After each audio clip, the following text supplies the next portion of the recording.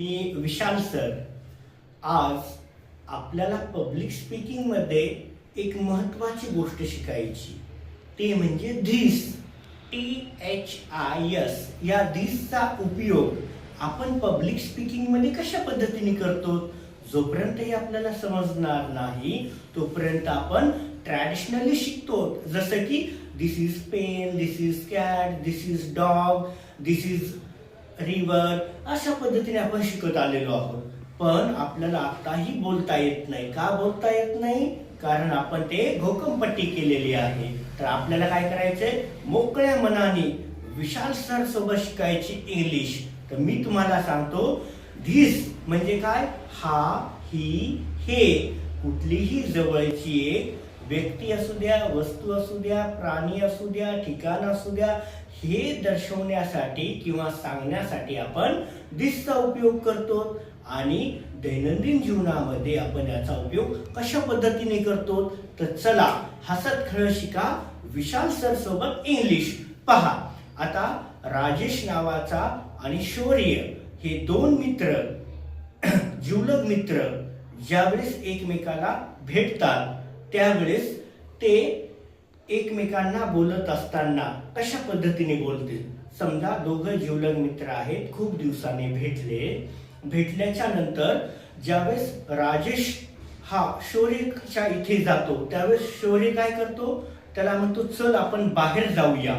बाहेर जात असताना आता घेऊन चालतो तुम्हाला पब्लिक स्पीकिंग कडे.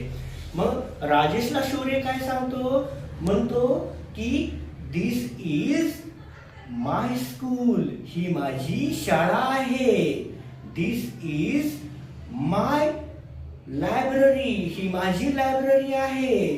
मग तिथून थोडं पुढे गेलं की मग तिथं त्यांचे प्रिन्सिपलचं ऑफिस असतो. मग तो काय म्हणतो, दिस इज माय प्रिन्सिपल ऑफिस. थोडस समोर गेलं की तिथे स्कूलचं गार्डन असतं. मग ते काय म्हणते, दिस इज माय स्कूल गार्डन किंवा दिस इज माय प्ले गार्डन. तिथून थोडस समोर गेला तो की तिथंच एक वर्गखोली असते. लगेच तो काय सांगतो राजेशला शौर्य की this is my school, right, किंवा दिस इज माय क्लासरूम.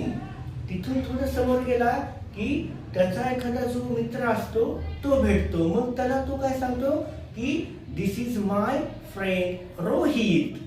आणि तिथून थोडस तो समोर गेला की त्या ठिकाणी स्कूलची कॅन्टीन असते. लगेच तो सांगतो की this is my school canteen. तर अशा पद्धतीने आपण पब्लिक स्पीकिंग मध्ये धिसचा उपयोग करतो.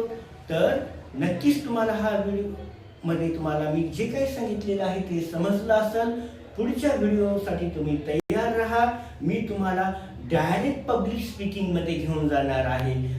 पारंपरिक कुठलीही पद्धत नाही. या आणि विशाल सर सोबत बिनधास्तपणे इंग्लिश बोलायला शिका. तर माझ्या YouTube चॅनलला तुम्ही लाईक करा, सबस्क्राईब करा, शेअर करा आणि मला असाच प्रतिसाद द्या. धन्यवाद.